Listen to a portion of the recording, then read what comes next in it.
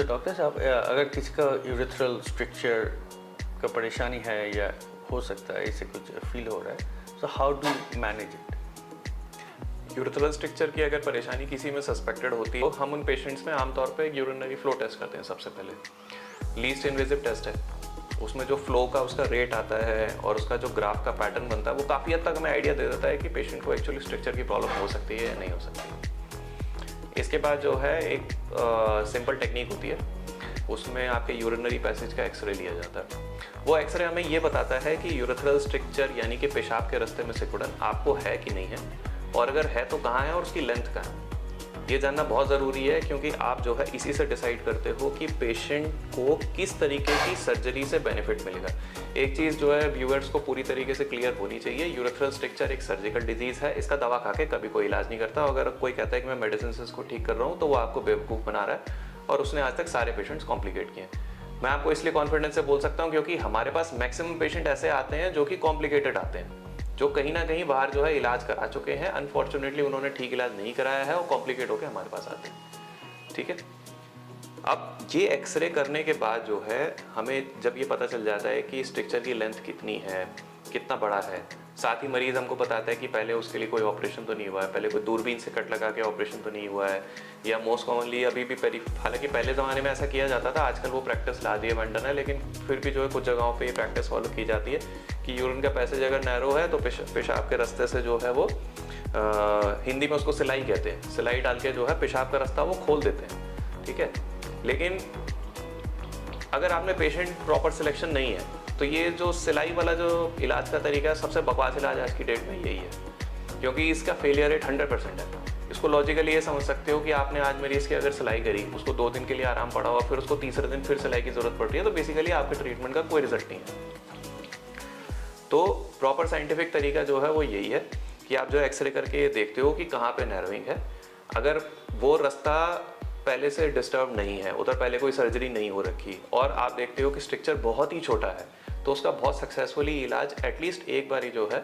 Endoscopically यानी पेशाब के रास्ते से कैमरा डाल के उसको अंदर से कट करके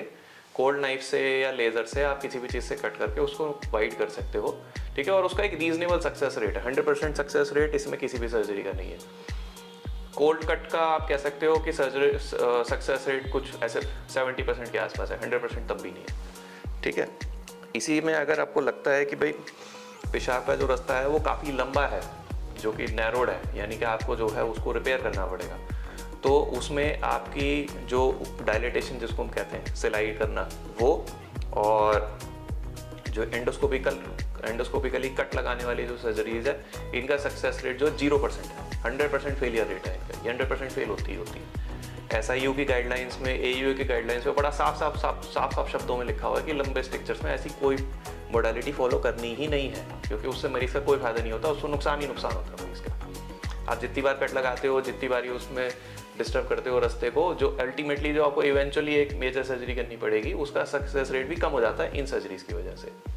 तो अगर आपको पहले से पता है कि भैया अगर स्ट्रक्चर पेशेंट का लंबा है, हार्ड है, कुछ भी ऐसा अगर आपको पहले पता चल रहा है, तो बेस्ट होता है कि सीधा साधा जो है उसको यूरेथ्रोप्लास्टी के लिए वर्कअप करो। यूरेथ्रोप्लास्टी बड़ा सिंपल सा प्रोसीजर है,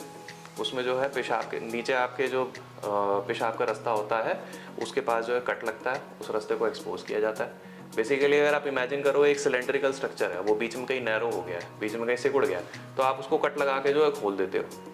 ठीक है, और यहाँ पे आपको एक कट लगा के इसको खोल के आपको एक अलग से यहाँ पे एक चमड़ी रखनी पड़ती है, एक तरीके की प्लास्टिक सर्जरी आप समझ सकते हो।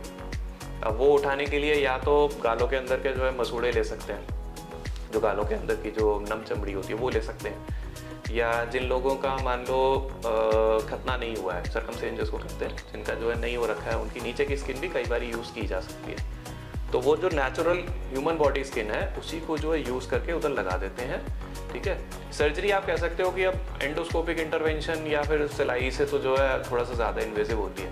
लेकिन माइंड यू सबसे ज़्यादा जो सक्सेस रेट है वो इसी सर्जरी के हैं,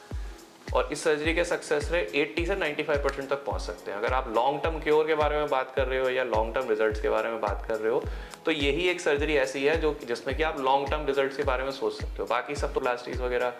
वो लोग कह देते हैं कि नहीं चलो आप अभी दूरबीन से करा लो, फिर 3 महीने बाद फिर करा लो। ठीक है, ये चीज़ थोड़ा सही नहीं है, ये साइंटिफिक नहीं है, गाइडलाइंस के हिसाब से नहीं है और ऐसा नहीं करना चाहिए। मैं पर्सनली नहीं रिकमेंड करता हूँ इस चीज़ को। और जो डायलिटेशन वाला ऑप्शन है वो अगर कोई ऐसे पेशेंट हैं जो सर्जरी टॉलरेट ही नहीं कर सकते, उनकी जनरल बॉडी कंडीशन इतनी ज़्यादा ख़राब है कि वो टॉलरेट नहीं कर सकते,